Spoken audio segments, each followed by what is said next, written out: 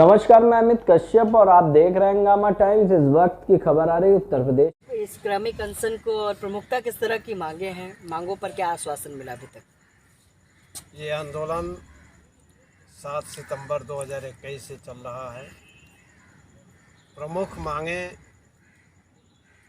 नियमित प्रकार के कार्यों से ठेकेदारी व्यवस्था को समाप्त कर मस्टरोल व्यवस्था के तहत समायोजित कर समान कार्य का समान वेतन देने या रुपया 18,000 निर्धारित करते हुए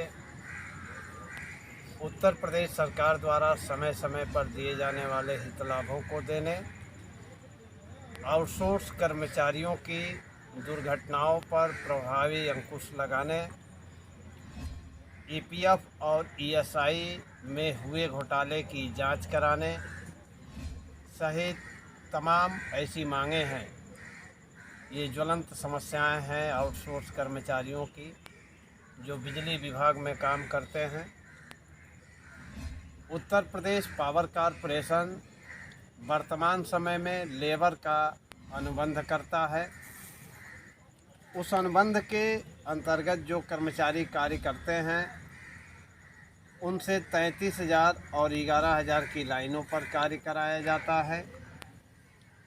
11,000 के स्विचों पर कार्य कराया जाता है। 33,000 की ब्रेकरों पर कार्य कराया जाता है। ये सारे कार्य घातक प्रकृति के हैं। इनको लेबरों की श्रेणी में जिस स्तर से पावर कॉरपोरेशन द्वारा अनुबंध किया जा रहा है उस अनुबंध के तहत ये सारे कार्य नहीं कराए जाने चाहिए। इन कार्यों को कराने के लिए अलग से अनुबंध होना चाहिए। पावर कॉरपोरेशन इसी कार्य को जब सैनिक कल्याण निगम से तैनात कर्मचारियों से कार्य कराता है तो उसका 24,000 का अनुबंध करता है। जब ठेकेदारों संविदाकारों के माध्यम से अनुबंध करता है तो 11,000 का करता है।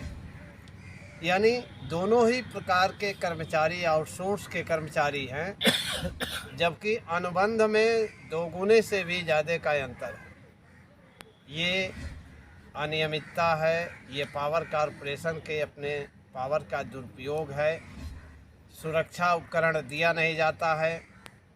एलटी लाइन के ऊपर निम्न एचटी लाइन के ऊपर उच्च एचटी लाइनों का जाल बिछाया गया है, जिससे आए दिन दुर्घटनाएं हो रही हैं। प्रत्येक वर्ष 500 से 600 कर्मचारी घायल हो रहे हैं, जिसमें अधिकांश कर्मचारियों की मृत्यु हो रही है। जो कर्मचारी बच रहे हैं ये अपंग होकर के दूसरे के सहारे जीवन यापन करने के लिए मजबूर हैं, क्योंकि उनको जीवन यापन भत्ता भी नहीं दिया जाता है और ना ही ऐसे कर्मचारियों को कोई पूछता है। यही ज्वलंत मांगे हैं। प्रमुखता मांगों पर अभी तक यूपीपीसीएल से किसी तरह की वार्ता हुई, क्या आश्वासन मिला? 9 सितंबर 2021 को अध्यक्ष पावर कॉरपोरेशन से इस संबंध में वार्ता हुई। उन्होंने कहा कि संघ का मांग पत्र हमें प्राप्त हो चुका है, हम देख चुके हैं।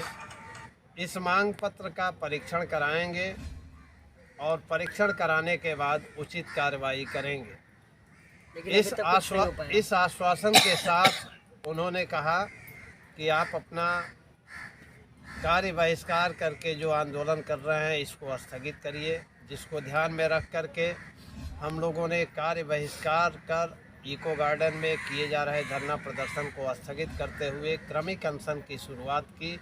मगर आज तक उस मांग पत्र पर क्या जांच हुआ ये किसी को कोई जानकारी नहीं। ठीक है। जैसा कि आपका काम जोखिम भरा हुआ है और सरकार यूपीपीसीएल जो है 350 रुपये ईएसआई के नाम पे प्रति माह देती है, लेकिन आप लोगों को ईएसआई का कार्ड नहीं मिलता, क्योंकि एक तो आपका कार्य जोखिम भरा है, दुर्घटना आए रोज़ आप लोगों के साथियों की होती रहती है, तो उस वक्त जो चिकित्सीय व्यवस्था है वो आप लोगों को नहीं मिल पाती है। इसके बारे में आप क्या कहेंगे? ईएसआई के मद में 350 रुपया प्रति कर्मचारी प्रति माह विभाग द्वारा दिया जाता है, जिसमें 81 रुपया आउटसोर्स कर्मचारियों का होता है।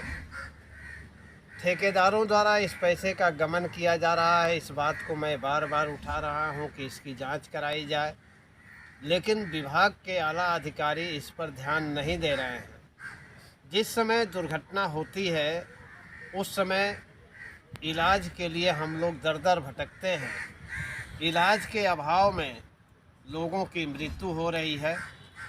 कर्मचारी इलाज कराने के लिए अपने चल अचल संपत्तियों को बेच रहे हैं, बेच करके किसी तरह से जान बचा रहे हैं। जिसकी जान बच भी जाती है उसका कहीं हाथ काट दिया जाता है तो कहीं पैर काट दिया जाता है। इस प्रकार से वो अपंग हो करके दूसरे के सहारे जीवन यापन करने के लिए मजबूर हो जाता है।